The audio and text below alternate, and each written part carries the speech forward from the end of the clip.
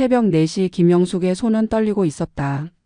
61살 주름진 손으로 거울 앞에 앉아 백발을 하나하나 정성스럽게 빗어 올렸다. 오늘은 28해 동안 홀로 키워낸 아들 준호의 결혼식이었다. 남편이 세상을 떠난 게 준호가 겨우 돌이었을 때다. 그날 이후 영숙은 단 하루도 쉬지 않았다. 새벽 5시면 일어나 시장 청소 일을 했고 낮에는 식당 설거지를, 저녁에는 아파트 경비일까지 3가지 일을 병행했다. 손은 거칠어지고 허리는 휘었지만 아들만큼은 대학을 보냈다. 장학금과 학자금 대출로 버텼고 준호는 결국 중견기업에 취직했다. 그 순간이 영숙에게는 세상을 다 가진 것 같았다. 옷장 깊숙한 곳에서 남편이 생전에 사준 한복을 꺼냈다. 27해 전 결혼 20주년을 맞아 남편이 마련해준 옥색 저고리와 다홍치마였다. 당시 남편은 한 달치 월급을 쏟아부어 이 한복을 맞춰줬다. 비닐 커버를 벗기자 나프탈렌 냄새와 함께 남편의 체취가 희미하게 느껴지는 것 같았다. 영숙은 한복을 가슴에 꼭 안고 한참을 서 있었다. 당신이 지금 보고 계시나요? 우리 아들 장가 가는 거요. 혼잣말을 중얼거리며 천천히 한복을 입었다. 거울 속 자신의 모습이 낯설었다. 평소 작업복만 입던 몸에 전통 한복을 입으니 뭔가 어색하고 부자연스러웠다. 하지만 오늘만큼은, 아들의 결혼식만큼은 제대로 된 어머니의 모습을 보여주고 싶었다. 준호와 예비 며느리 박서윤을 처음 만난 건 3달 전이었다. 강남 고급 레스토랑에서 만남을 가졌는데 영숙은 그날따라 손에 땀이 흥건했다. 서윤은 명문대를 졸업하고 외국계 제약회사에서 마케팅 팀장으로 일하는 커리어 우먼이었다.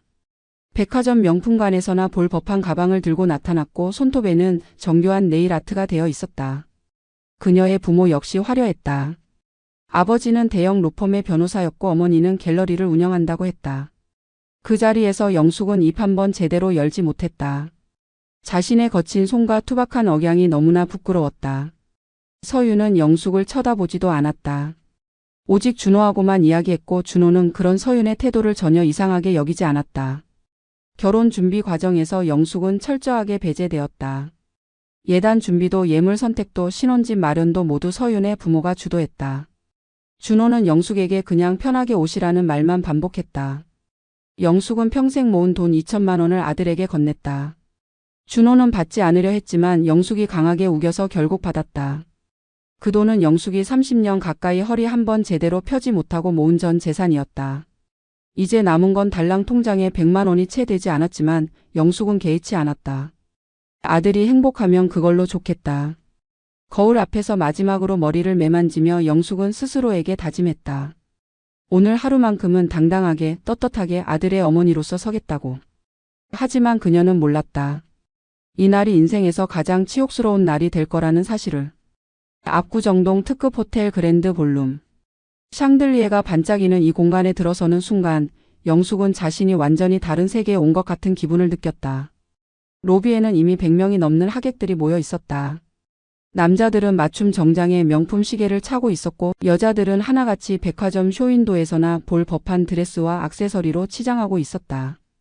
공기 중에는 값비싼 향수 냄새가 진동했다. 영숙의 옥색 한복은 그 화려한 무리 속에서 마치 시골에서 올라온 촌스러운 아줌마의 상징처럼 보였다. 서윤 측 가족들이 한쪽 구석에 모여 있었다. 그들은 영숙을 보자마자 수근거리기 시작했다. 소리를 죽였지만 영숙의 귓가에는 또렷하게 들려왔다. 저분이 신랑 어머니래. 진짜? 한복이 저렇게 오래된 건 처음 봐. 혼자 키우셨다던데 뭐 하시는 분이래? 들리는 대로 시장에서 일하신대. 서윤이 측 친척 중 한 명이 손으로 입을 가리며 말했다. 아이고 불쌍한 우리 서윤이. 시어머니가 저러면 나중에 얼마나 고생이겠어. 다른 친척이 거들었다. 그러게 말이야. 준호 씨는 그래도 괜찮은데 집안이 너무 격이 안 맞잖아. 영숙은 그 말들을 들으면서도 애써 미소를 지었다. 30년 가까이 온갖 멸시와 무시 속에서 살아온 그녀에게 이 정도 수군거림은 익숙한 일이었다. 하지만 오늘만큼은 달랐다. 오늘은 아들의 결혼식이었다. 아들이 새로운 가정을 꾸리는 날이었다. 이 자리에서만큼은 당당한 신랑 어머니로 서고 싶었다. 그래서 영숙은 더욱 허리를 펴고 걸었다. 하객 한 명 한 명에게 정중하게 인사했다. 오늘 와주셔서 감사합니다. 저희 아들 결혼식에 참석해 주셔서 정말 감사드려요. 하지만 대부분의 하객들은 영숙의 인사를 받고도 고개만 까딱했을 뿐 제대로 된 답례조차 하지 않았다. 서윤의 어머니 채미란이 나타났다. 그녀는 머리부터 발끝까지 명품으로 치장하고 있었다. 샤넬 트위드 재킷에 에르메스 버킨백 까르띠에 팔찌까지. 영숙의 한 해 생활비가 그녀의 한 벌 옷값도 안 될 것 같았다. 채미란은 영숙을 위아래로 훑어보더니 차갑게 말했다. 어머님 오셨어요? 한복을 입고 오셨네요. 영숙은 어색하게 웃으며 대답했다. 내 아들 결혼식인데 제대로 된 옷을 입어야 할 것 같아서요. 채미란의 얼굴에 미세한 경멸의 표정이 스쳤다. 아 그래요? 요즘은 한복 입는 분들이 거의 없던데. 뭐 전통을 지키시는 것도 나쁘진 않죠. 그 말투에는 비아냥이 가득했다. 주변의 시선이 점점 더 따가워졌다. 서윤의 친구들이 모여서 영숙을 바라보며 킥킥거렸다. 한 명이 스마트폰을 꺼내 영숙을 향해 슬쩍 사진을 찍는 것 같았다. 영숙은 순간 모든 게 무너지는 느낌이었다. 하지만 참았다. 오늘은 아들의 날이니까. 아들이 행복한 날이니까. 자신의 자존심 따위는 중요하지 않았다. 그저 조용히 눈에 띄지 않게 구석에서 아들의 행복한 모습만 지켜보면 되는 거라고 스스로를 다독였다. 하지만 이건 시작에 불과했다. 진짜 지옥은 이제부터였다. 식장 안으로 하객들이 속속 들어가기 시작했다. 신부 대기실 앞에는 서윤의 친인척들이 모여 있었다. 그들은 모두 하나같이 화려한 옷차림에 자신감 넘치는 표정으로 서로 인사를 나누고 있었다. 반면 신랑 측 하객들은 손에 꼽을 정도였다. 준호의 대학 동기 몇 명과 회사 동료들 뿐이었다. 영숙은 신랑 어머니로서 서 있어야 할 자리가 어딘지조차 몰랐다. 주변을 두리번거리다 웨딩 플래너에게 물었다. 저기요, 신랑 어머니는 어디서 대기하면 되나요? 웨딩 플래너는 영숙을 힐끗 보더니 무표정하게 대답했다. 아, 신랑 어머님이세요? 저쪽 구석에 대기석이 있어요. 가리킨 곳은 기둥 뒤편의 좁은 공간이었다. 영숙은 그곳으로 가서 조용히 앉아 있었다. 멀리서 서윤의 목소리가 들려왔다. 그녀는 친구들에게 둘러싸여 웃고 떠들고 있었다. 오늘 내가 주인공이야. 서윤아 진짜 예쁘다. 축하해. 함성 소리가 복도를 가득 메웠다. 그때 준호가 나타났다. 그는 깔끔한 턱시도를 입고 있었다. 머리도 잘 손질했고 얼굴에는 긴장과 설렘이 동시에 묻어났다. 영숙은 아들을 보자마자 눈시울이 뜨거워졌다. 준호야. 아들은 어머니를 보고 잠깐 멈칫했다. 엄마 왔어? 영숙은 고개를 끄덕였다. 그래, 엄마가 늦을 수 있니? 아들 결혼식인데. 준호는 어색하게 웃었다. 엄마 오늘 한복 입었네. 영숙은 옷깃을 매만지며 대답했다. 응, 아빠가 사준 거야. 오늘 같은 날 입어야 할 것 같아서. 준호의 표정이 미묘하게 굳어졌다. 엄마 근데 한복은 좀. 영숙은 아들의 말을 가로막았다. 왜? 이상해? 준호는 고개를 저었다. 아니야. 괜찮아. 그냥. 서윤이네 쪽 사람들이 다 양장이라서. 그 순간 영숙은 알아차렸다. 아들도 자신의 옷차림이 마음에 들지 않는다는 걸. 가슴이 철렁 내려앉았지만 애써 밝게 웃었다. 괜찮아. 엄마는 이게 편해. 너만 잘하면 돼. 준호는 더 이상 말하지 않고 서윤이 있는 쪽으로 갔다. 영숙은 그 뒷모습을 바라보며 쓸쓸한 미소를 지었다. 언제부터 우리 사이가 이렇게 멀어진 걸까? 곧 사진 촬영 시간이 다가왔다. 웨딩 플래너가 확성기로 안내했다. 양가 부모님 단상으로 올라오세요. 가족 사진 촬영하겠습니다. 영숙은 떨리는 마음으로 단상으로 향했다. 그런데 서윤의 사촌 오빠라는 사람이 갑자기 영숙의 앞을 막았다. 그는 30대 초반으로 보이는 남자였는데 역시나 값비싼 정장을 입고 있었다. 그가 영숙에게 낮은 목소리로 말했다. 어머님 죄송한데요. 지금은 신부 측 가족 사진만 먼저 찍으려고 해요. 잠깐만 대기하고 계시면 안 될까요? 영숙은 어리둥절했다. 가족 사진인데 신랑 어머니가 왜 빠져야 하는 건가요?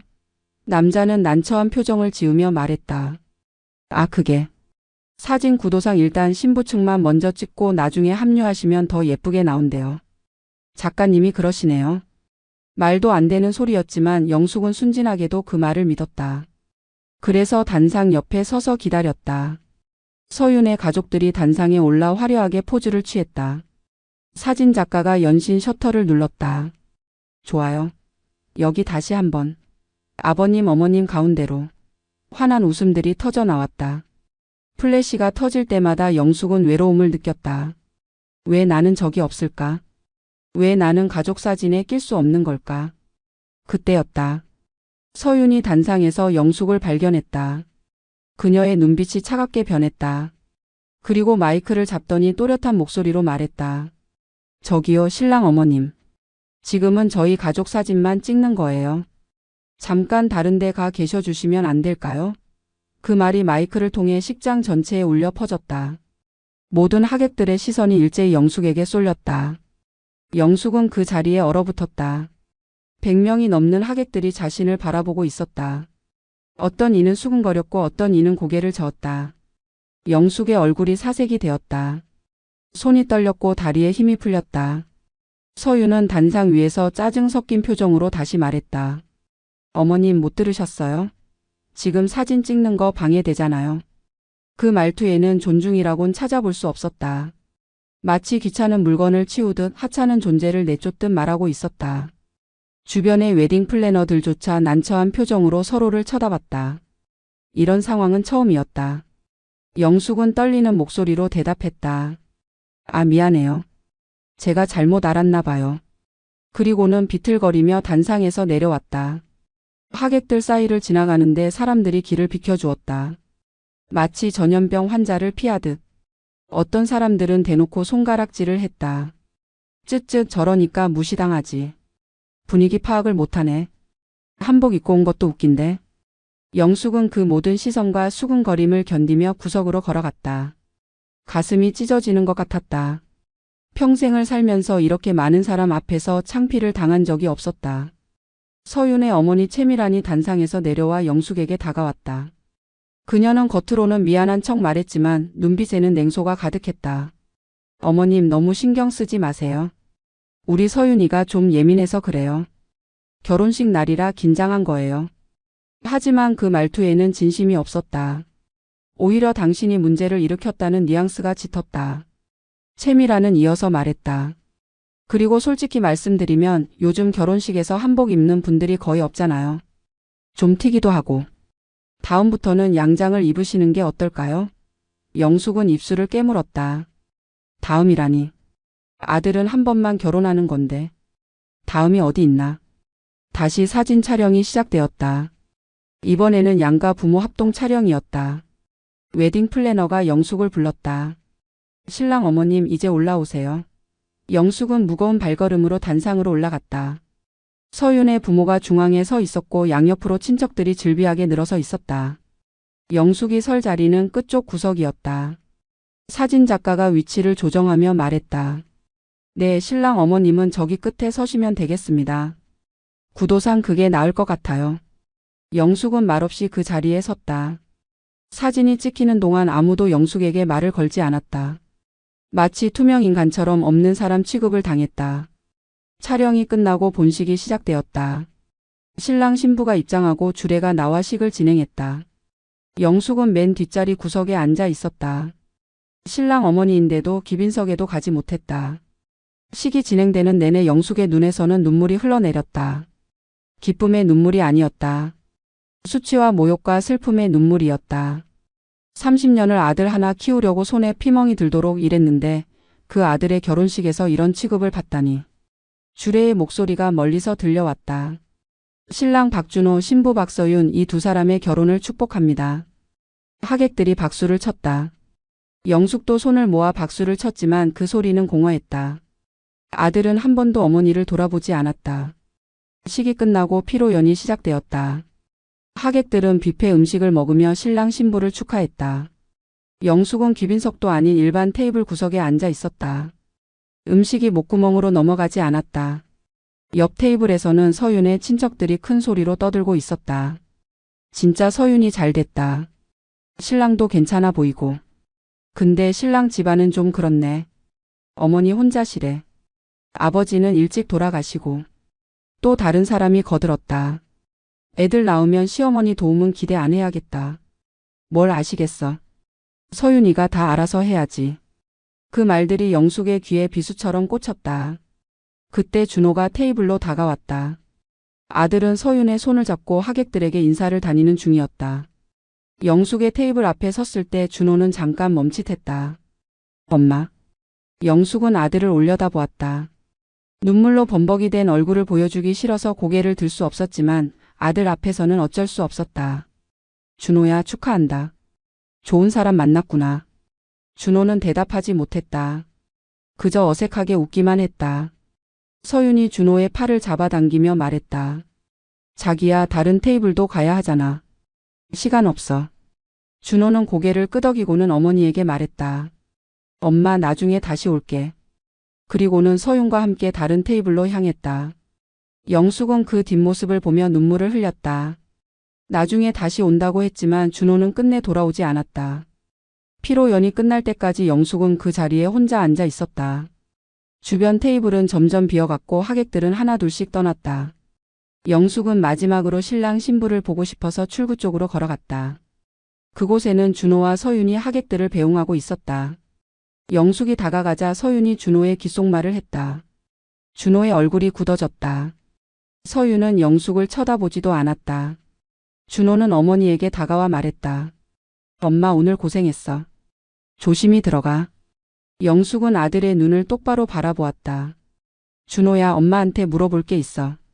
준호가 긴장한 표정으로 대답했다. 뭔데?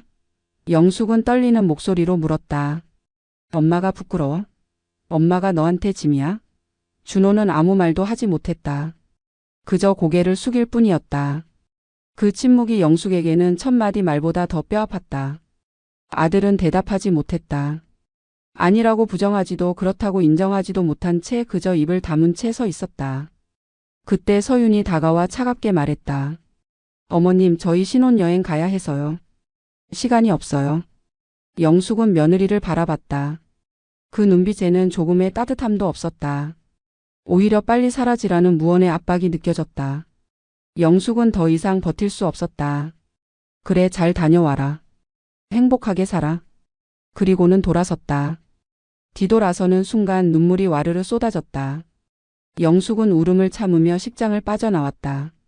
로비를 지나 밖으로 나오자 차가운 가을 바람이 뺨을 때렸다. 하늘은 잿빛이었다. 영숙은 그 자리에 주저앉고 싶었다. 하지만 참았다. 마지막 자존심이라도 지키고 싶었다. 집으로 돌아가는 지하철 안에서 영숙은 혼자 생각했다. 30년 동안 뭘 한 걸까? 새벽같이 일어나 일하고 밤늦게 돌아와 아들 밥 챙기고 단 한 번도 나를 위해 산 적 없는데. 아들 학원비 내려고 끼니 거르고 아들 대학 보내려고 허리 다쳐가며 일했는데. 그렇게 키운 아들이 어머니를 부끄러워한다니. 가슴이 무너지는 것 같았다.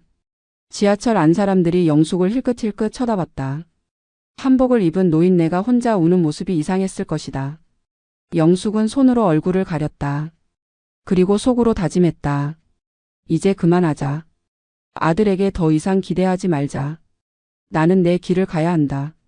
집에 도착해서 한복을 벗었다. 옷장 깊숙한 곳에 다시 넣었다.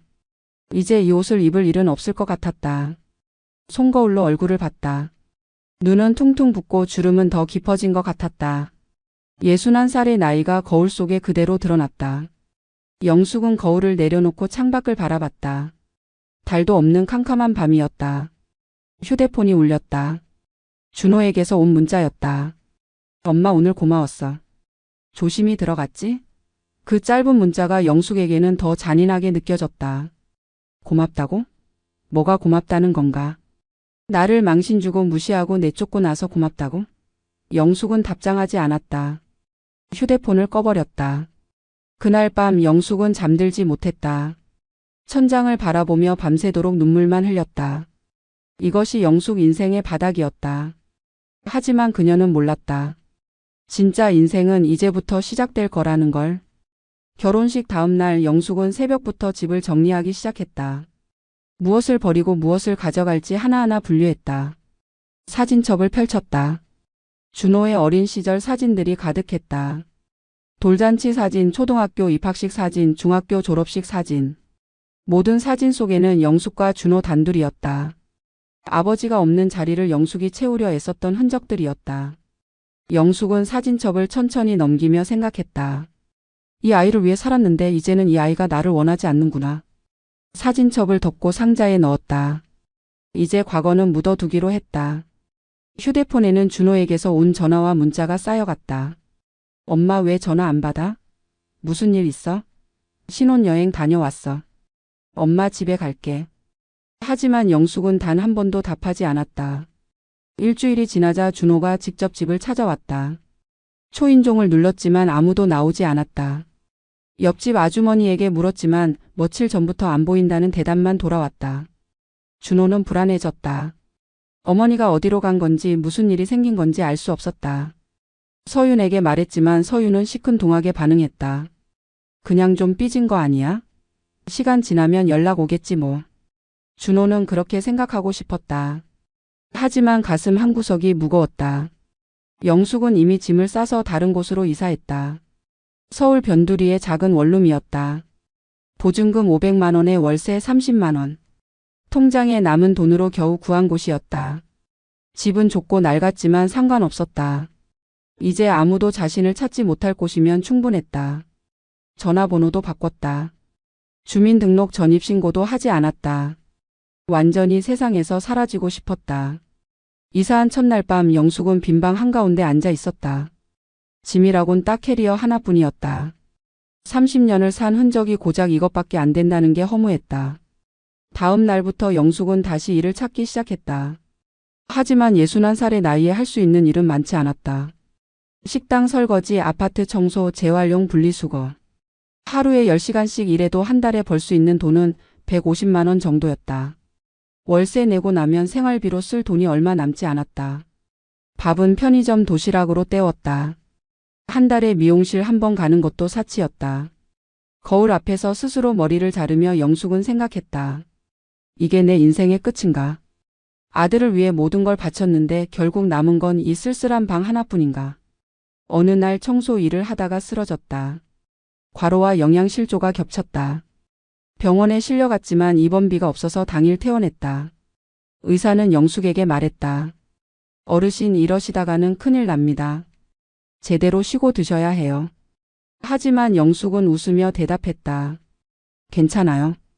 저는 원래 이렇게 살았어요. 집으로 돌아와 누웠다. 천장을 바라보는데 남편 생각이 났다. 여보, 나 너무 힘들어. 이제 어떻게 살아야 할지 모르겠어. 남편이 살아 있었다면 뭐라고 했을까? 아마도 이렇게 말했을 것이다. 영숙아, 포기하지 마. 너는 강한 사람이야. 영숙은 눈을 감았다. 그래, 나는 강한 사람이었지. 30년을 혼자 버텼잖아. 아직 끝난 게 아니야. 그렇게 스스로를 다독이며 다시 일어났다. 하지만 진짜 기회는 예상치 못한 곳에서 찾아왔다. 영숙이 쓰러진 지 일주일 뒤 낯선 번호로 전화가 걸려왔다. 처음에는 받지 않으려 했다. 혹시 준호가 찾는 건 아닐까 싶어서였다. 하지만 전화는 계속 울렸다. 결국 받았다. 여보세요? 상대방은 정중한 목소리로 자신을 소개했다. 김영숙 씨 되십니까? 저는 대한법률사무소의 변호사 정민수라고 합니다. 영숙은 긴장했다. 무슨 법적 문제라도 생긴 걸까? 네, 제가 김영숙인데요. 무슨 일이세요? 변호사는 천천히 말했다.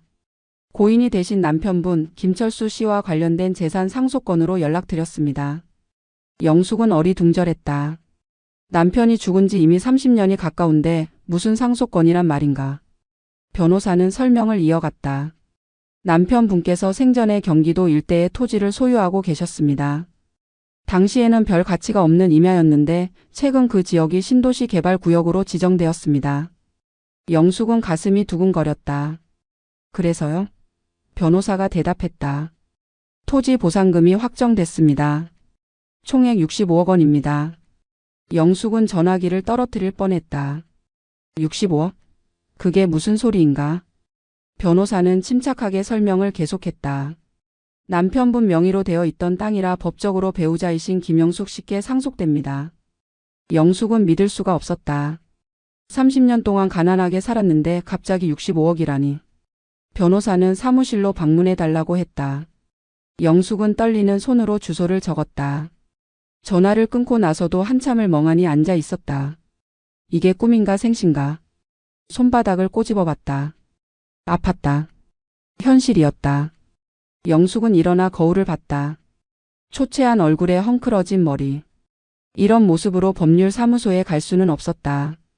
옷장에서 가장 깨끗한 옷을 꺼내 입었다. 그래도 낡고 바랜 옷이었다. 하지만 상관없었다.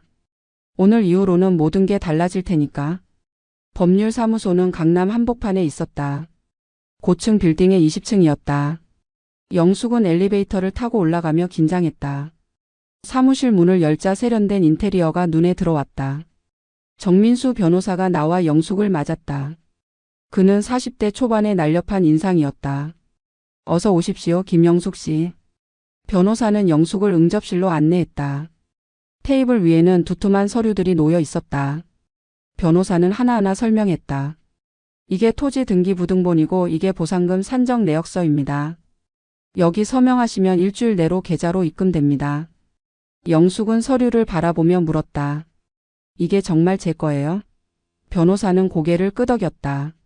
네, 법적으로 완전히 귀하의 소유입니다. 남편분이 돌아가시면서 자동으로 배우자에게 상속된 겁니다. 영숙의 눈에 눈물이 맺혔다. 여보, 당신이 남겨준 거였구나. 30년 만에 당신이 나를 구해준 거야. 변호사가 물었다. 괜찮으세요? 영숙은 눈물을 닦으며 고개를 끄덕였다.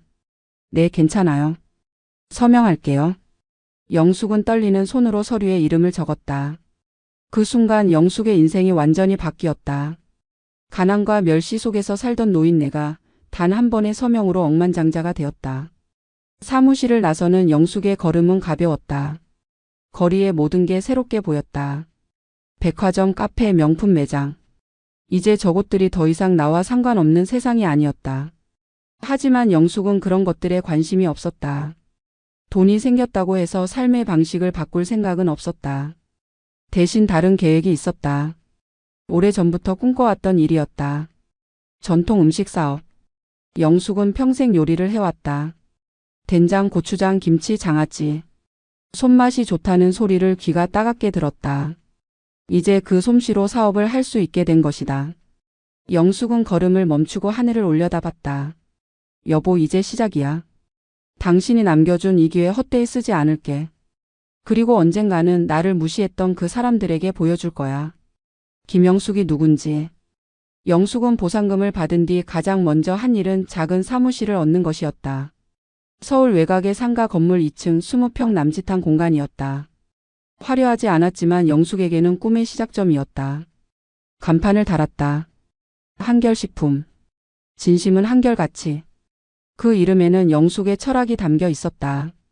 아무리 세상이 변해도 사람들이 배신해도 나는 변하지 않겠다. 진심으로 정직하게 한결같이 일하겠다. 간판이 달린 첫날 영숙은 사무실 앞에 서서 한참을 바라봤다. 61살에 시작하는 사업. 늦었다고 생각할 수도 있었다. 하지만 영숙은 이제 시작이라고 생각했다. 직원을 구했다. 첫 번째 직원은 50대 중반의 박순자였다. 그녀 역시 이혼 후 혼자 살며 여러 일을 전전했다. 영숙은 순자를 보자마자 동질감을 느꼈다. 두 번째 직원은 30대 초반의 청년 이재현이었다. 대학을 졸업했지만 취업에 실패해 아르바이트로 연명하던 청년이었다. 세 번째는 20대 후반의 여성 최유진이었다. 요리 학원을 다니다가 돈이 떨어져 그만둔 상태였다. 영숙은 이들에게 말했다. 우리 모두 세상에서 밀려난 사람들이에요. 하지만 여기서는 당당하게 일할 수 있어요. 정직하게 일하면 정당한 대가를 받을 거예요. 세 사람의 눈에 희망이 차올랐다. 본격적으로 제품 개발에 들어갔다. 영숙은 직접 레시피를 만들었다. 된장은 국산 콩으로만 만들었다. 고추장은 태양초 고춧가루를 썼다. 김치는 배추부터 직접 골랐다. 시중 제품과 차별화하기 위해 일체의 화학 조미료를 쓰지 않았다. 방부제도 넣지 않았다. 순자가 물었다. 사장님, 이렇게 하면 유통기한이 짧아지는데 괜찮겠어요? 영숙은 단호하게 말했다. 괜찮아요. 신선한 게 최고예요. 며칠 빨리 상하면 어때요? 그만큼 몸에 좋은 거잖아요. 재현이도 걱정했다. 그런데 사장님, 이렇게 하면 원가가 너무 높아요. 대형마트는 납품이 어려울 것 같은데요. 영숙은 웃으며 대답했다. 대형마트에 안 들어가면 직접 팔면 되지. 진짜 맛을 아는 사람들은 찾을 거예요. 첫 제품이 나왔다. 된장 500통이었다. 영숙은 직접 라벨을 붙이고 포장했다. 손이 부르트도록 작업했다. 유진이 물었다. 사장님, 이거 어디다 팔 건데요? 영숙은 대답했다. 시장에 가서 팔 거예요. 다음 날 새벽 영숙은 리어카에 된장통을 싣고 전통시장으로 갔다. 61살의 나이에 리어카를 끌고 시장 바닥에 앉아 된장을 팔았다. 지나가는 사람들이 힐끗힐끗 쳐다봤다. 어떤 사람은 코웃음을 쳤다. 이 나이에 장사하네. 어떤 사람은 동정 어린 눈빛을 보냈다. 하지만 영숙은 신경 쓰지 않았다. 큰 소리로 외쳤다. 국산 콩으로 직접 만든 된장이에요. 화학조미료 일체 안 들어갔어요. 진짜 전통 방식 그대로예요. 처음에는 아무도 거들떠보지 않았다. 1시간이 지나고 2시간이 지나도 된장은 팔리지 않았다. 영숙의 무릎이 아파왔다. 허리도 끊어질 것 같았다. 그래도 포기하지 않고 계속 외쳤다. 오후 2시쯤 한 할머니가 다가왔다. 얼마예요? 영숙은 반가운 마음에 대답했다. 10,000원이에요. 할머니가 눈을 크게 떴다. 10,000원? 이게 왜 이렇게 비싸요? 옆 가게는 5,000원인데. 영숙은 침착하게 설명했다. 국산 콩으로 만들어서 그래요. 맛 한번 보세요. 다르실 거예요. 할머니는 반신반의하며 하나를 샀다. 그것이 한결식품의 첫 매출이었다. 10,000원. 영숙은 그 돈을 두 손으로 받았다. 감사합니다. 맛있게 드세요. 할머니가 가고 나서 영숙은 10,000원짜리 지폐를 한참 바라봤다. 이게 시작이구나. 작지만 소중한 시작이구나. 한결식품의 첫 해는 고난의 연속이었다. 시장에서 팔기는 했지만 판매량은 형편없었다. 하루에 고작 서너 개 팔리는 게 전부였다. 한 달 매출이 100만 원도 안 됐다. 사무실 월세와 직원 급여를 내고 나면 적자였다. 영숙은 보상금에서 계속 돈을 빼다 써야 했다. 순자가 걱정했다. 사장님, 이러다가 다 날리는 거 아니에요? 차라리 납품처를 알아보는 게 어떨까요? 하지만 영숙은 고집을 꺾지 않았다. 아직 때가 안 된 거예요. 진짜 맛을 아는 사람들이 나타날 거예요. 재현은 한숨을 쉬었다. 사장님, 현실을 봐야죠. 이렇게는 버틸 수 없어요. 어느 날 유진이 제안했다. 사장님, 인터넷에 올려보면 어떨까요? 블로그나 SNS예요. 요즘은 다들 그렇게 해요. 영숙은 인터넷을 잘 몰랐다. 평생 아날로그로 살아왔기 때문이다. 유진이 직접 나서서 블로그를 만들었다. 제품 사진을 찍고 영숙의 이야기를 올렸다. 61살의 사업을 시작한 할머니의 도전기. 순수 국산 재료로 만든 전통 장류. 화학조미료 없는 진짜 맛. 글이 올라가고 며칠이 지났지만 반응은 없었다. 하지만 유진은 포기하지 않고 꾸준히 글을 올렸다. 영숙이 시장에서 장사하는 모습, 새벽에 된장을 담그는 모습, 주름진 손으로 포장하는 모습. 모든 과정을 기록했다. 한 달 뒤 첫 주문이 들어왔다. 블로그를 보고 연락한 손님이었다. 된장 10통을 주문했다. 영숙은 기뻐서 어쩔 줄 몰랐다. 직접 포장하고 손편지를 넣었다. 주문해 주셔서 감사합니다. 맛있게 드시고 건강하세요. 며칠 뒤 그 손님이 다시 연락을 했다. 사장님, 된장 진짜 맛있어요. 어머니한테 드렸더니 옛날 맛이 난대요. 20통 더 주문할게요. 영숙은 전화를 끊고 직원들에게 소리쳤다. 제 주문이에요. 제 주문. 우리 제품을 좋아하는 사람이 있어요. 사무실이 환호성으로 가득 찼다. 그 손님이 블로그에 후기를 남겼다. 60대 어머니가 눈물 흘리며 드셨습니다. 어릴 적 외할머니가 담가 주시던 그 맛이랍니다. 요즘 시판 된장은 다 공장 맛인데 한결식품 된장은 진짜 손맛이 살아있어요. 적극 추천합니다. 그 글이 입소문을 탔다. 주문이 하나둘씩 들어오기 시작했다. 처음에는 하루 한두 건이었지만 점차 늘어났다. 한 달 뒤에는 하루 10건, 2달 뒤에는 20건. 영숙과 직원들은 밤낮 없이 일했다. 새벽에 나와 된장을 담그고 낮에는 포장하고 저녁에는 배송했다. 손에 물집이 잡히고 허리가 끊어질 것 같았지만 영숙은 행복했다. 진짜 일을 하고 있다는 느낌이 들었다. 그러던 어느 날 대형 마트 바이어에게서 연락이 왔다. 한결식품 제품을 납품하고 싶다는 제안이었다.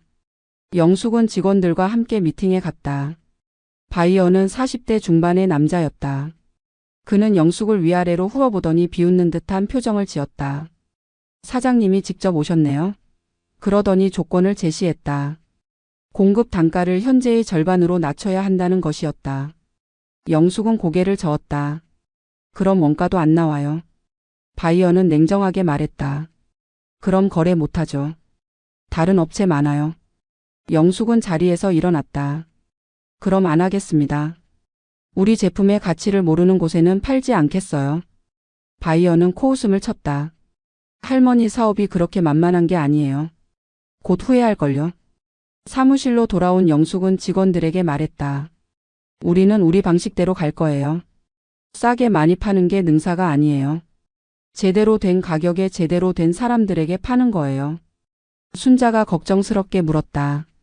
그래도 대형마트 들어가면 매출이 확 오를 텐데요. 영숙은 단호하게 말했다. 매출보다 중요한 게 자존심이에요. 우리 제품 가치를 지키는 거예요. 재현이 고개를 끄덕였다. 사장님 말이 맞아요. 우리만의 길로 가요. 그날 이후 한결식품은 오직 온라인과 직거래로만 제품을 팔았다. 느리지만 확실했다. 진짜 맛을 아는 사람들이 하나씩 늘어났다. 블로그 팔로워가 1000명을 넘었고 주문량도 꾸준히 증가했다. 영숙은 매일 밤 숫자를 세며 웃었다. 우리가 해내고 있어. 천천히 하지만 확실하게. 2년이 흘렀다. 한결식품은 이제 소규모 공장을 갖추게 되었다. 직원도 10명으로 늘었다. 제품 라인도 다양해졌다. 된장, 고추장, 간장, 김치, 장아찌까지. 모든 제품은 변함없이 국산 재료와 전통 방식을 고집했다.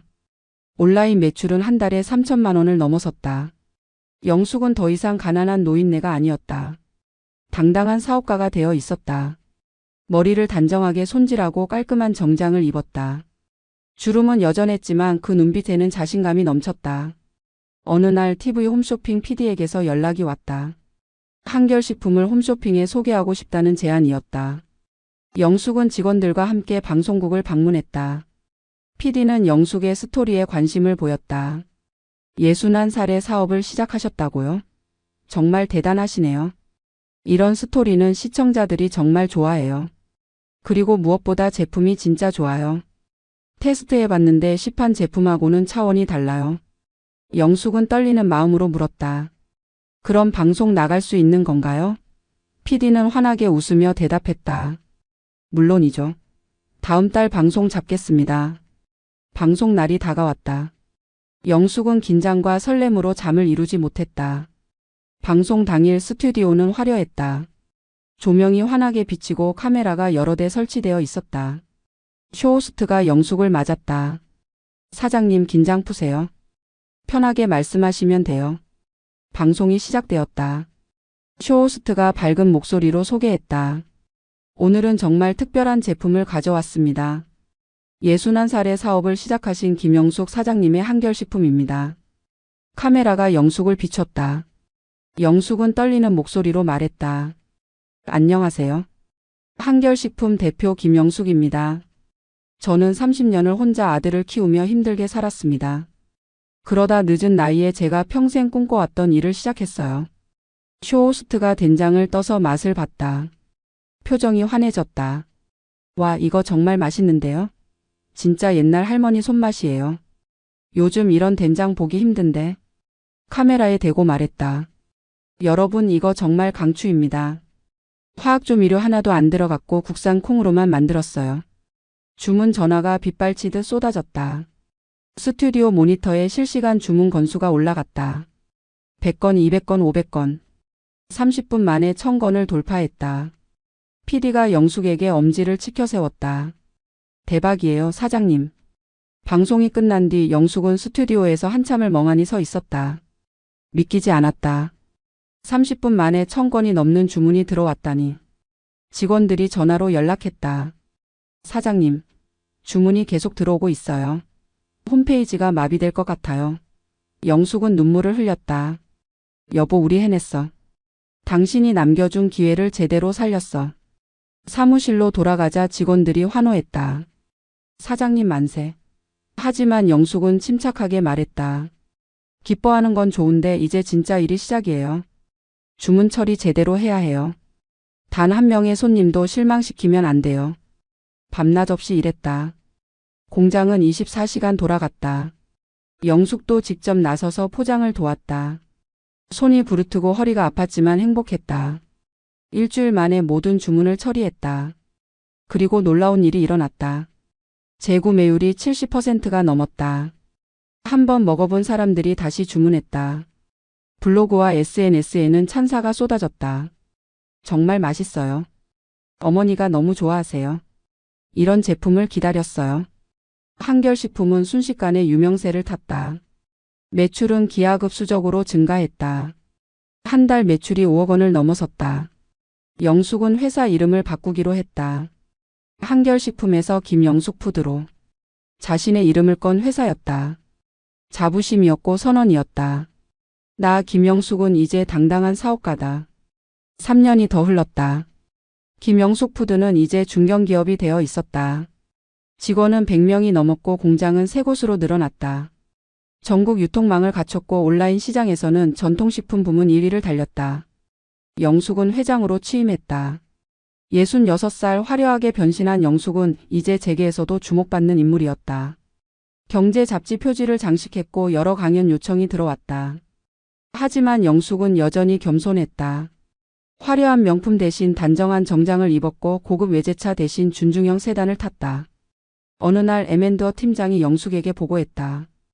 회장님, 인수 대상 기업 리스트입니다. 이 중에서 전략적으로 필요한 곳을 선택하시면 됩니다. 영숙은 서류를 넘기다가 한 회사 이름에서 멈췄다. 그린파마 케미컬. 외국계 제약회사의 한국 지사였다. 영숙의 심장이 뛰었다. 이 회사 여기. 팀장이 고개를 끄덕였다. 네, 외국계 제약회사인데 최근 본사 방침으로 한국 사업을 정리하려고 합니다. 인수 가격도 합리적이고 우리 사업과 시너지도 좋을 것 같습니다. 영숙은 속으로 웃었다. 시너지. 그것보다 더 큰 이유가 있었다. 이 회사가 며느리 서윤이 다니는 곳이었다. 인수 절차가 진행되었다. 2달 만에 모든 협상이 끝났다. 김영숙푸드가 그린파마 케미컬 한국 지사를 인수했다. 계약서에 사인하는 순간 영숙은 전율을 느꼈다. 드디어 이날이 왔구나. 5년 전 결혼식에서의 치욕을 갚을 날이. 변호사가 물었다. 회장님, 인수 후 경영진 교체는 어떻게 하시겠습니까? 영숙은 침착하게 대답했다. 일단은 현 상태를 유지하세요. 제가 직접 대표로 취임할 겁니다. 직원들과 먼저 소통하고 싶어요. 변호사는 고개를 끄덕였다. 알겠습니다. 대표 취임식 날이 정해졌다. 그린파마 케미컬 본사 대회의실에서 진행되기로 했다. 서윤은 그날까지도 인수 소식을 대수롭지 않게 생각했다. 그저 회사 주인이 바뀌는 거라고만 생각했다. 동료들과 점심을 먹으며 말했다. 새로 온다는 대표가 누군지 모르겠네. 어차피 우리랑 상관없을 거야. 계속 일만 잘하면 되지. 동료가 거들었다. 맞아. 김영숙 푸드라는 곳인데 식품 회사잖아. 우리 제약 쪽이랑은 좀 달라. 서윤은 김영숙 푸드라는 이름을 듣고도 아무 감흥이 없었다. 그저 흔한 이름이려니 했다. 설마 그 시어머니일 거라곤 꿈에도 생각하지 못했다. 취임식 시간이 다가왔다. 직원들이 대회의실에 모였다. 100명이 넘는 사람들이 웅성거렸다. 새 대표가 누구일까? 잘하는 사람이었으면 좋겠다. 연단에는 아직 아무도 없었다. 사회자가 마이크를 잡았다. 지금부터 김영숙 푸드그룹 회장이자 그린파마 케미컬 신임 대표 취임식을 시작하겠습니다. 박수로 맞아주시기 바랍니다. 문이 열렸다. 영숙이 걸어 들어왔다. 단정한 네이비 정장에 진주 목걸이를 한 영숙은 당당하게 걸었다. 직원들이 박수를 쳤다. 하지만 한 사람 서윤만은 박수를 치지 못했다. 그녀는 그 자리에 얼어붙었다. 입이 떡 벌어졌다. 눈을 의심했다. 저 사람이 시어머니? 서윤의 얼굴에서 핏기가 싹 가셨다. 다리에 힘이 풀려 휘청거렸다. 옆 동료가 붙잡으며 물었다. 서윤아, 괜찮아? 얼굴이 왜 그래? 서윤은 대답하지 못했다. 그저 연단 위에 영숙을 멍하니 바라볼 뿐이었다. 영숙은 마이크 앞에 섰다. 그녀의 눈빛이 서윤을 향했다. 짧은 순간이었지만 서윤은 그 눈빛의 의미를 정확히 알아챘다. 복수. 차갑고 냉정한 복수의 눈빛이었다. 영숙이 입을 열었다. 안녕하십니까? 김영숙 푸드그룹 회장 김영숙입니다. 오늘부터 여러분과 함께 일하게 되어 기쁩니다. 영숙은 차분하게 자신의 이야기를 시작했다. 저는 61살에 사업을 시작했습니다. 그 전까지는 시장에서 청소 일을 하며 근근히 살았죠. 아들 하나 키우느라 평생을 고생했습니다. 하지만 포기하지 않았습니다. 누가 뭐래도 제 길을 걸었습니다. 그 결과 오늘 이 자리에 서게 되었습니다. 직원들이 박수를 쳤다. 감동적인 스토리였다. 하지만 서윤에게는 그 말 하나하나가 비수처럼 꽂혔다. 시장 청소일. 근근히 산 삶. 바로 자신이 무시하고 멸시했던 그 삶이었다.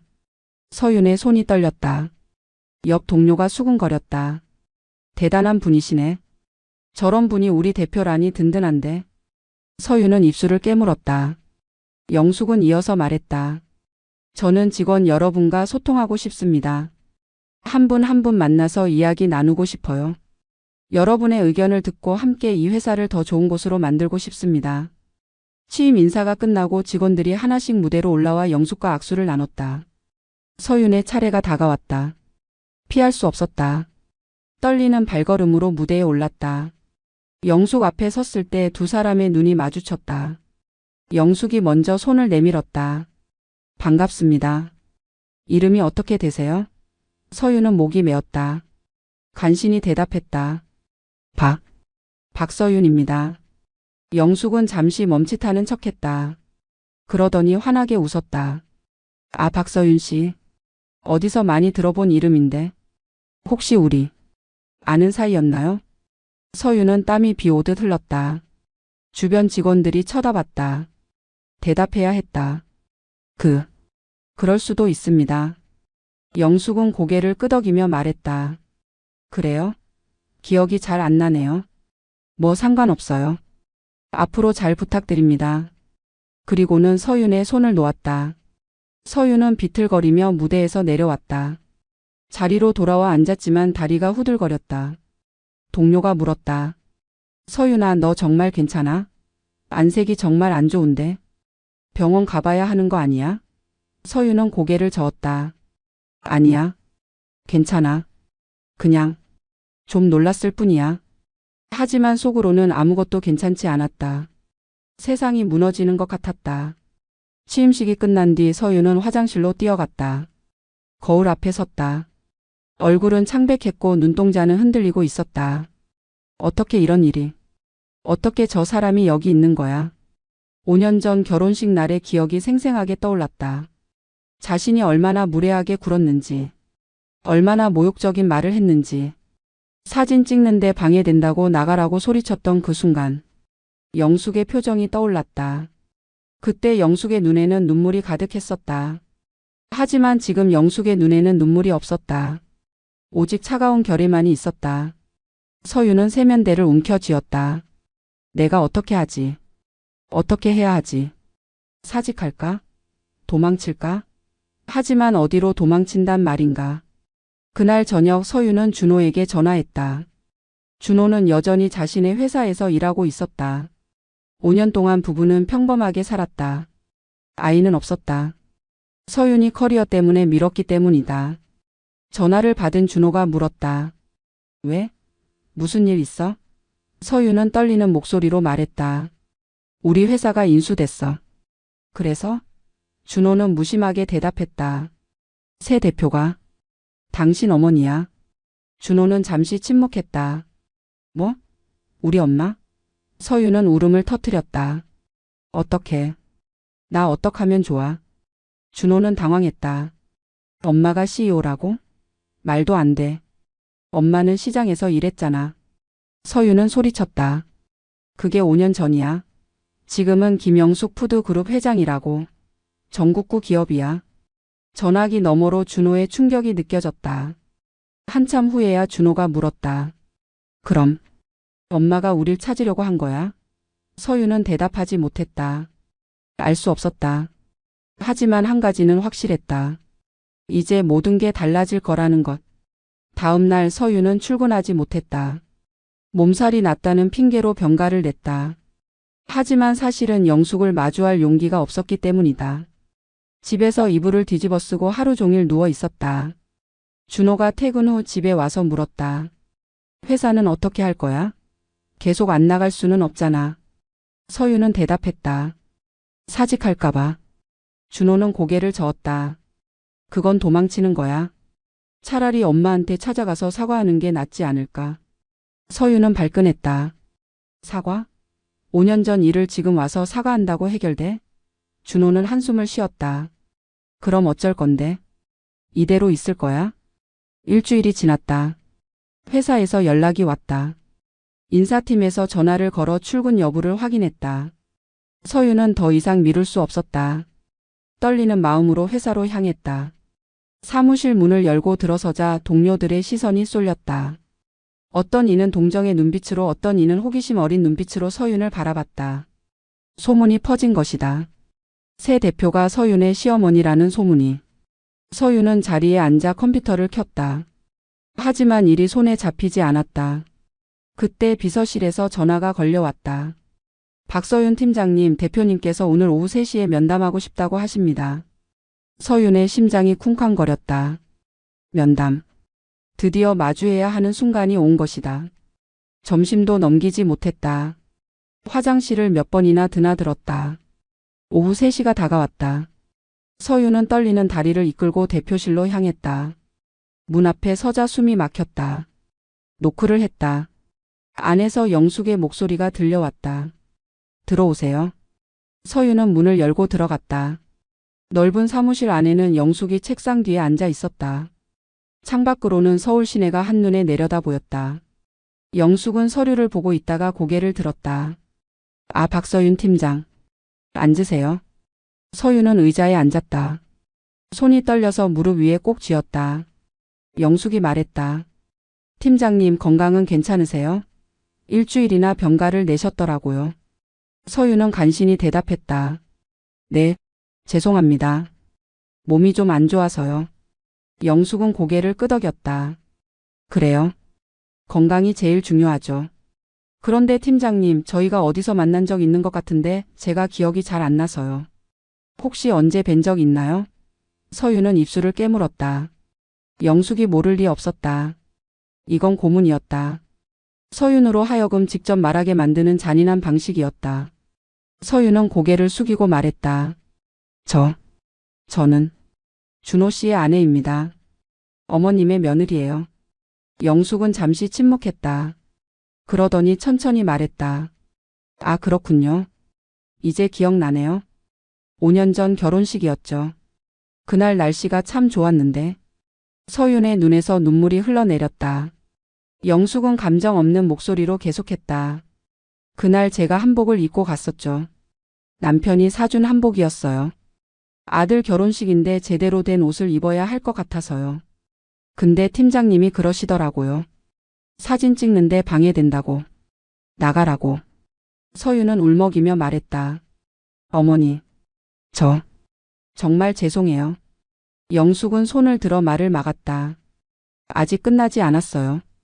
제가 아들한테 물었어요. 엄마가 부끄러우냐고. 근데 우리 아들이 아무 대답도 안 하더라고요. 그냥 고개만 숙이고 있었어요. 서윤은 의자에서 일어나 바닥에 무릎을 꿇었다. 어머니, 제발 용서해 주세요. 그땐 제가 정말 미쳤었어요. 제가 잘못했어요. 평생 후회하며 살았어요. 영숙은 차갑게 바라봤다. 후회요? 5년 동안 한 번도 연락 안 하셨잖아요. 제 전화번호도 몰랐을 거고. 찾지도 않으셨겠죠. 서윤은 고개를 조아리며 말했다. 그건 어머니께서 연락을 끊으셨잖아요. 저희도 찾았어요. 하지만 어디 계신지 몰랐어요. 영숙은 비웃듯 말했다. 찾았다고요? 얼마나 열심히 찾았는데요? 한 달? 두 달? 아니면 일주일도 안 돼서 포기한 거 아닌가요? 서유는 대답하지 못했다. 사실이었기 때문이다. 준호는 한 달 정도 어머니를 찾다가 포기했었다. 영숙이 자리에서 일어났다. 창밖을 바라보며 말했다. 저는 5년 동안 정말 열심히 살았어요. 남편이 남긴 땅 보상금으로 사업을 시작했죠. 새벽부터 밤까지 일했어요. 손에 물집이 잡히고 허리가 끊어질 것 같았지만 참았어요. 왜냐고요? 언젠가 당신들 앞에 당당하게 서고 싶어서였어요. 나를 무시한 사람들에게 보여주고 싶었어요. 김영숙이 누군지. 영숙은 서윤을 돌아봤다. 그리고 오늘 제가 당신 회사의 대표가 됐어요. 당신은 이제 제 밑에서 일하는 직원이에요. 이게 운명인가 봐요. 서윤은 바닥에 엎드려 울었다. 어머니 제발요. 저 정말 잘못했어요. 다시는 그런 짓 안 할게요. 제발 용서해 주세요. 영숙은 서윤을 내려다보며 말했다. 용서요? 쉽게 말하네요. 당신은 5년 전 그날 제 자존심을 짓밟았어요. 100명이 넘는 사람들 앞에서. 제 아들도 저를 외면했고요. 그날 밤 저는 죽고 싶었어요. 하지만 살았어요. 당신들에게 복수하기 위해서. 서윤은 몸을 떨었다. 복수. 그 단어가 너무나 무서웠다. 영숙은 차갑게 웃으며 말했다. 하지만 제가 복수할 필요도 없더라고요. 당신이 알아서 무릎 꿇고 있으니까. 일어나세요. 보기 흉해요. 서윤은 비틀거리며 일어났다. 눈물과 콧물로 얼굴이 범벅이 되어 있었다. 영숙은 티슈를 건네주며 말했다. 닦으세요. 그리고 들어가서 일이나 하세요. 저는 당신을 해고하지 않을 거예요. 그럴 필요가 없으니까. 당신은 매일 출근해서 제 이름을 보며 일할 거예요. 제가 대표라는 사실을 매일 상기하면서. 그게 진짜 복수예요. 서윤은 고개를 숙이고 사무실을 나왔다. 복도를 걸으며 비틀거렸다. 동료들이 쳐다봤지만 신경 쓸 여력이 없었다. 자리로 돌아와 앉았다. 책상 위 명함이 보였다. 거기에는 김영숙 푸드그룹이라고 쓰여 있었다. 서윤은 명함을 집어들고 한참을 바라봤다. 이게 내 인생이 된 거구나. 석 달이 흘렀다. 서윤은 매일 출근했지만 지옥 같은 나날이었다. 영숙은 서윤에게 특별히 뭘 하지 않았다. 오히려 그게 더 고통스러웠다. 다른 직원들처럼 대했고 업무 지시도 공정했다. 하지만 서윤은 영숙의 얼굴을 볼 때마다 5년 전 그날이 떠올랐다. 자신이 얼마나 잔인했는지, 얼마나 교만했는지. 밤마다 악몽에 시달렸다. 결혼식장에서 영숙을 쫓아내는 꿈, 영숙이 우는 꿈. 준호와의 관계도 삐걱거리기 시작했다. 준호는 어머니와 연락하고 싶어 했지만 영숙은 아들의 전화조차 받지 않았다. 준호가 서윤에게 말했다. 당신 때문이야. 당신이 그때 그렇게 하지만 않았어도. 서윤은 반박하지 못했다.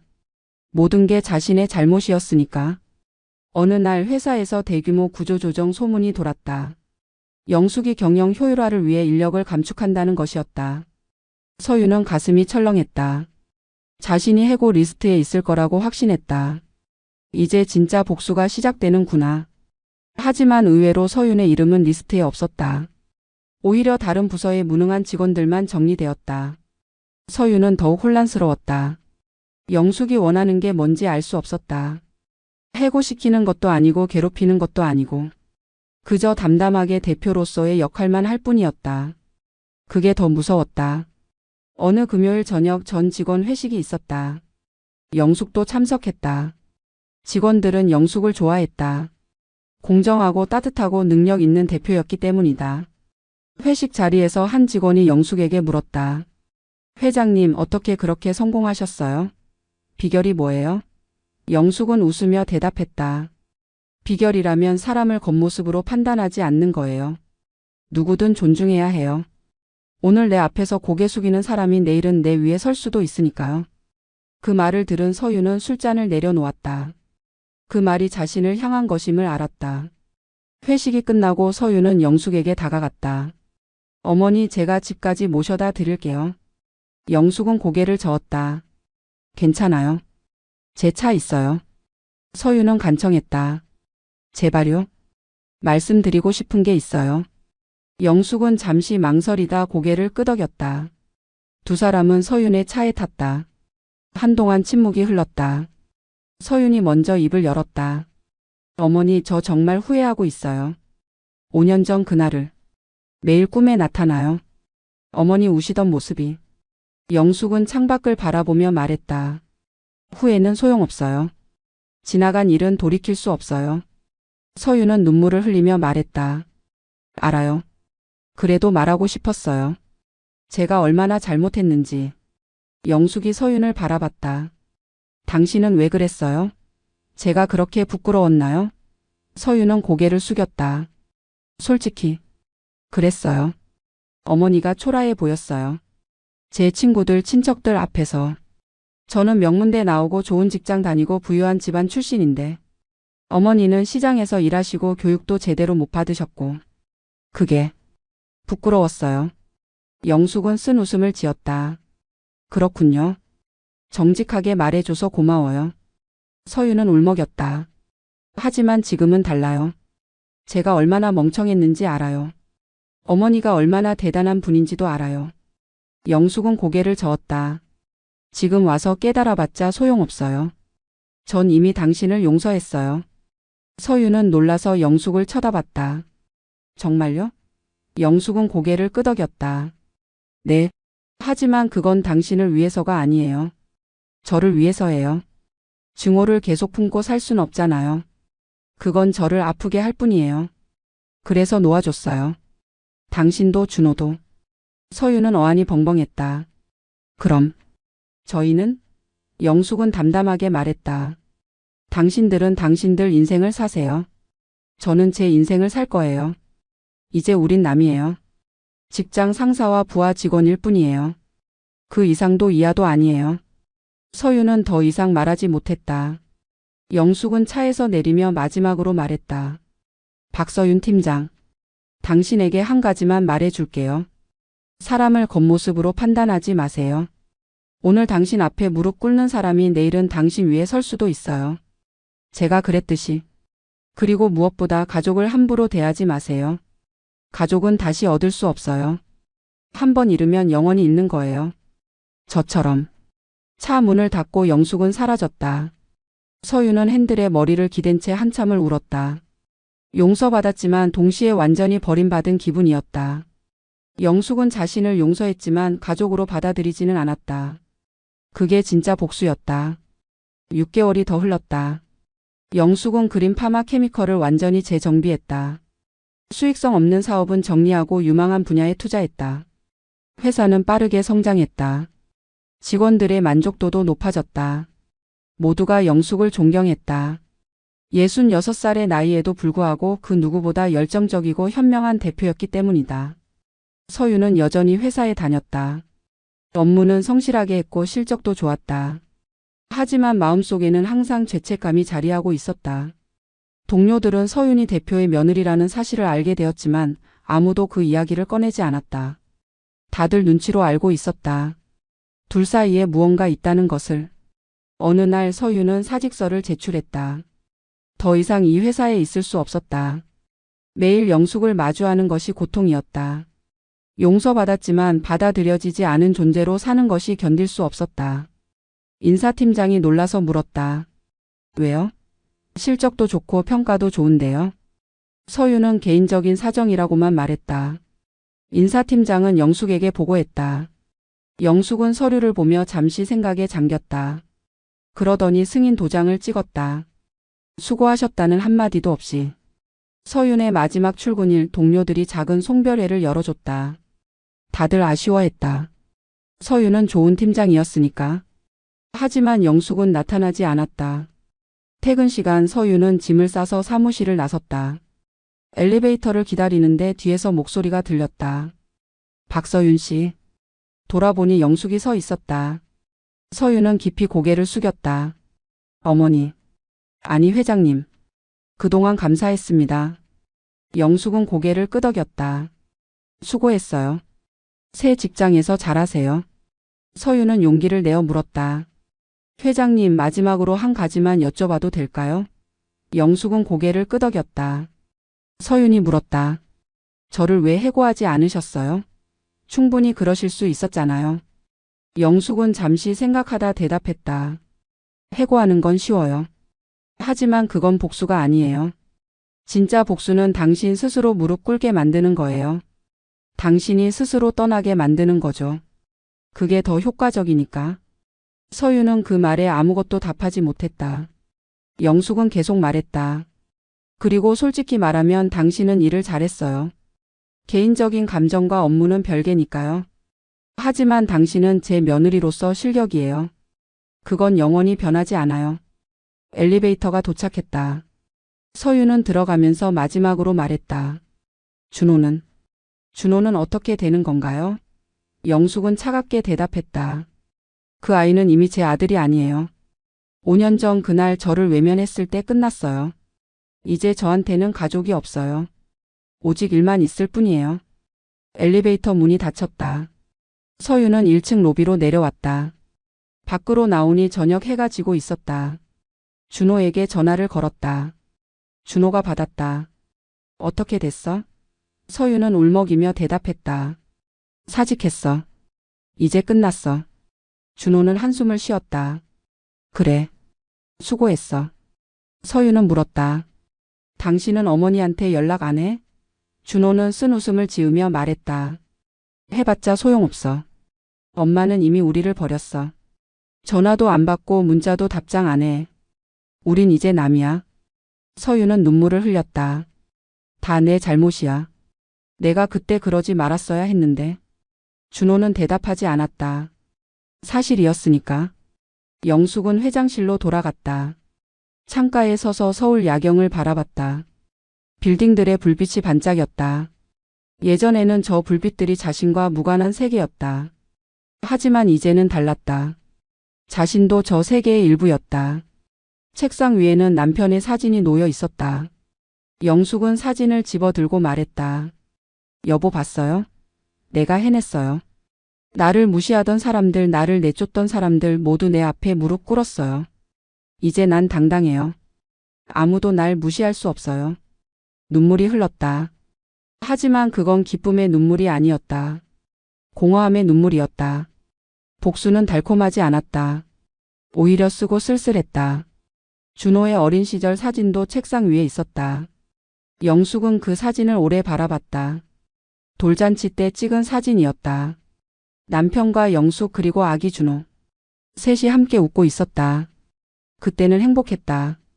가난했지만 행복했다. 영숙은 사진을 서랍 속에 넣었다. 이제 그 시절은 끝났다. 새로운 인생을 살아야 했다. 가족 없이 혼자서. 하지만 당당하게. 핸드폰이 울렸다. 준호에게서 온 전화였다. 영숙은 화면을 바라보다가 거절 버튼을 눌렀다. 그리고 핸드폰을 서랍에 넣었다. 창밖을 다시 바라봤다. 김영숙 푸드 본사 건물의 로고가 멀리 보였다. 환하게 빛나고 있었다. 영숙은 조용히 웃었다. 이게 내 진짜 인생이야. 이제 시작이야. 사무실 문을 나서며 영숙은 뒤돌아보지 않았다. 과거는 과거였다. 상처는 상처였다. 하지만 그것들이 자신을 만들었다. 강하게 단단하게 부서지지 않게. 엘리베이터에서 내려오며 경비 아저씨에게 인사했다. 수고하세요. 경비 아저씨가 깊이 고개를 숙였다. 회장님 조심히 들어가세요. 주차장에서 차에 올랐다. 시동을 걸고 전진했다. 백미러에 비친 회사 건물이 점점 작아졌다. 영숙은 라디오를 켰다. 경쾌한 음악이 흘러나왔다. 영숙은 따라 흥얼거렸다. 집으로 가는 길은 어둡지 않았다. 가로등이 환하게 길을 비췄다. 영숙은 생각했다. 이제 난 혼자야. 하지만 괜찮아. 혼자서도 잘 살 수 있어. 증명했으니까. 그리고 창밖 어둠 속으로 김영숙은 사라져갔다. 하지만 그녀의 이름은 사라지지 않았다.